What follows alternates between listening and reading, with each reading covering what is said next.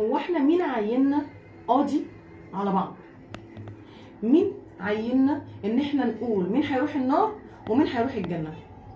مين اللي عينك قاضي على الناس؟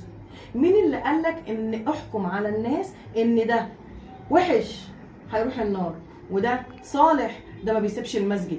مين اللي قال الكلام ده؟ ربنا رب قلوب. انما الاعمال بالنيات ولكل امرئ ما نوى. واعمالك بخواتمها مش باللي انت بتعمله دلوقتي. ياما ناس كان بتعمل حاجات غلط وحاجات حرام وربنا سبحانه وتعالى كتب لها الهدايه في اخر وقت، وكانت نهايتها حسن خاتمه. وشفنا كتير جدا وسمعنا قصص ياما قوي.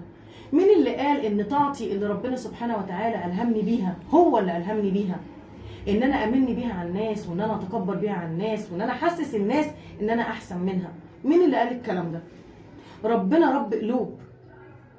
ربنا رب قلوب.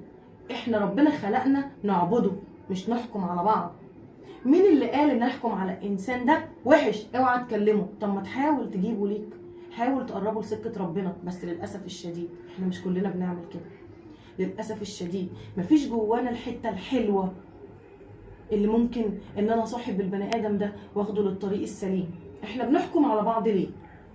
ايه اللي خلانا نحكم على بعض؟ انا نفسي افهم. احنا عايشين نعبد ربنا، احنا مش عايشين نحكم على بعض ولا نعلق المشانق لبعض.